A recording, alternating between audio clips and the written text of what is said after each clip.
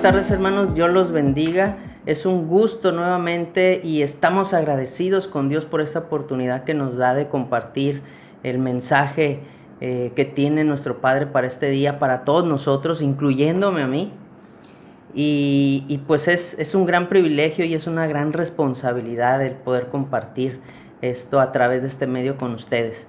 Y bueno, antes de comenzar vamos a orar, vamos a dar gracias a Dios por este día y vamos a ponernos en sus manos y que sea Él quien nos hable. Bueno, Dios, te damos gracias por este día, te damos gracias porque eres bueno, porque nos amas y te pedimos que seas tú y que sea tu Espíritu Santo quien nos hable en este día, que nos hable a nuestro corazón, a nuestra mente y nos haga entender cuán importante es estar verdaderamente agarrados y sujetados de tu palabra, de esa palabra hermosa de la Biblia, ese manual de vida que nos dejaste. Y quiero con todo mi corazón que podamos entender cuán importante es estar en la verdad, que es tu palabra, Dios. Te damos gracias, nos ponemos en tus manos y te agradecemos todo lo que has hecho por nosotros hasta este momento, Dios. Te damos gracias en el nombre de Jesús. Amén. Y bueno, quiero que me acompañes a leer una porción de la palabra de Dios. Quiero que me acompañes a leer el Evangelio según Juan, capítulo 8, versículo 32. Es muy cortito y me gustaría que me acompañes. Y dice así la palabra de Dios: y conoceréis la verdad, y la verdad os hará libres. Bueno, miren, en este tiempo tristemente encontramos una generación inmersa en el secularismo. Pero, ¿qué es este secularismo? Bueno, según el diccionario, secularismo viene de secular, que es aquel pensamiento o actuación que es perteneciente o relativo a la vida, estado o costumbres del siglo o mundo, y por tanto que no tiene órdenes cleriales y es ajeno a las prácticas y usos religiosos. Y bueno, estamos frente a una generación que posiblemente tenga mucho conocimiento de la palabra de Dios, pero influenciados grandemente por corrientes seculares. Esta generación es muy compleja. Es una generación que ha sido vacunada por un cristianismo muy apartado del cristianismo original. ¿Y por qué digo esto? Porque cuando a esta generación le hablas de Jesús, de eternidad, de salvación, de esperanza, suena en sus oídos y mentes a un mensaje fuera de moda, un mensaje desgastado y viejo, algo que no entienden. En este tiempo tan complicado como lo es y sigue siendo esta pandemia mundial del COVID-19, a la gente le duele esta situación. Vivir con la incertidumbre de estar o no contagiados, el vivir un proceso de esta enfermedad, el vivir la pérdida de familiares y amigos, el vivir pérdidas de trabajo o negocios, y la lista crece y crece. Nosotros como cristianos podemos darles argumentos y palabras de ánimo, pero esto no hace que las personas entreguen su corazón a Jesús. Ocupamos una acción del Espíritu Santo y una acción que rompe el corazón de estas personas, que realmente sientan esa necesidad de entregarse a Jesús. Yo creo que es el tiempo que llevemos a cabo una respuesta más física y congruente con nuestro vivir como hijos de Dios, asumiendo nuestra responsabilidad de amar al prójimo. Y miren, en este momento quiero compartirles algo de historia general. Y bueno, esta pandemia no es la primera que nuestro mundo ha sufrido. Muchos recuerdan la peste negra que sacudió Europa en el siglo XIV, entre los años 1347 y 1353. Pero mucho tiempo atrás también se vivió una gran pandemia durante los años 165 y 190, la llamada peste antonina, la cual fue una epidemia de viruela y sarampión que afectó al ejército romano.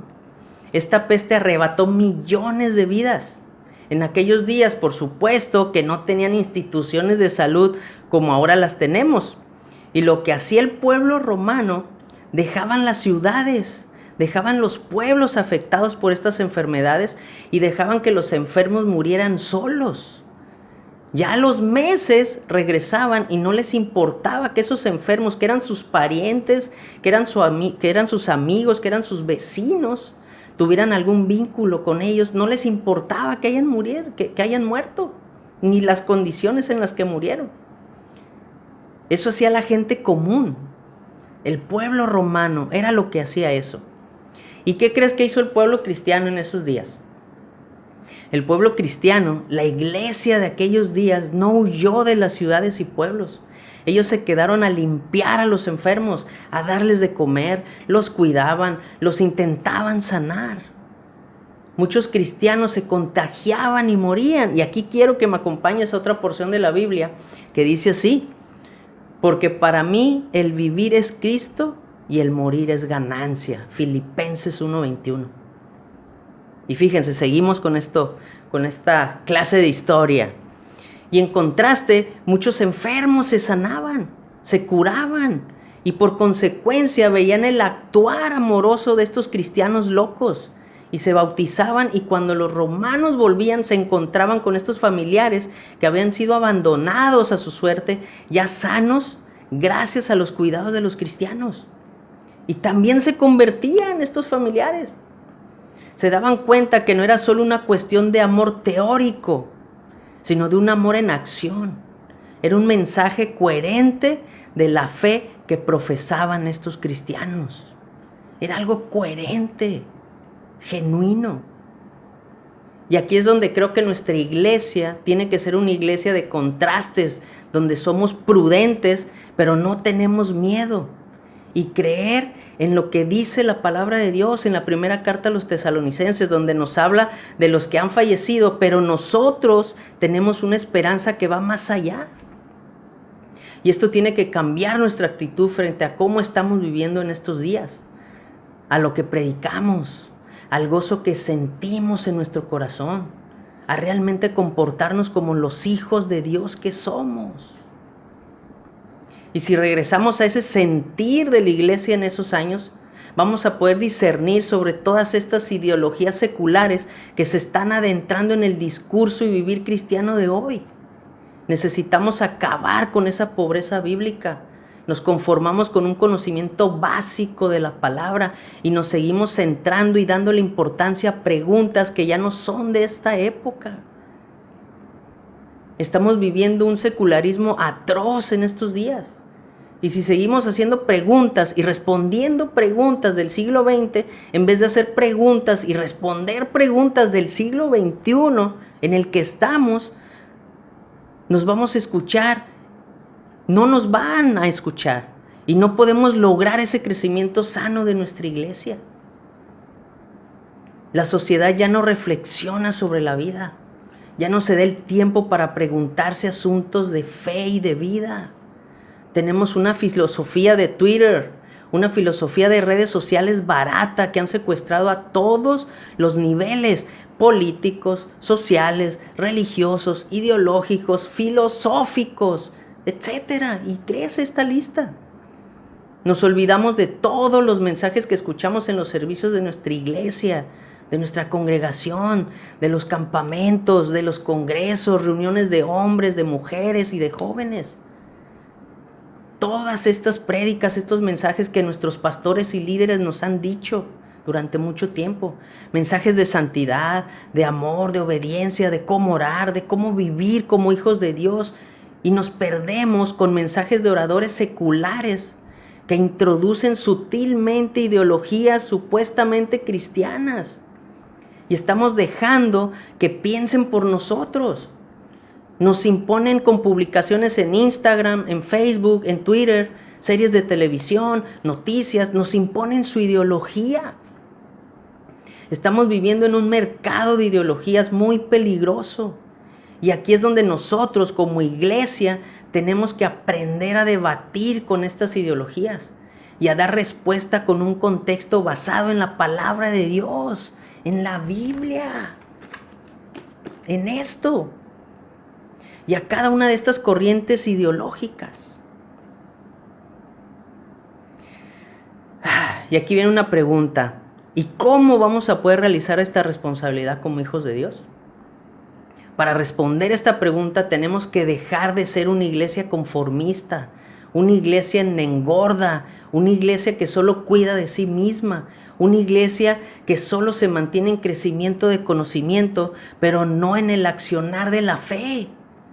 Creo con todo mi corazón que nosotros como iglesia tenemos que empezar a ser una iglesia atrevida, una iglesia que toma riesgos, una iglesia que no tiene miedo a compartir el mensaje de salvación. Tenemos que ser una iglesia que se prepare en conocimiento de la verdad del Evangelio, porque si no, estaremos muertos tras los ataques de esas ideologías erróneas.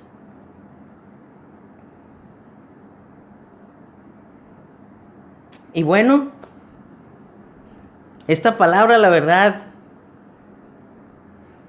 llegó mucho a mi corazón, llegó mucho adentro de mí. El Señor estuvo mostrándome muchas cosas en estos días.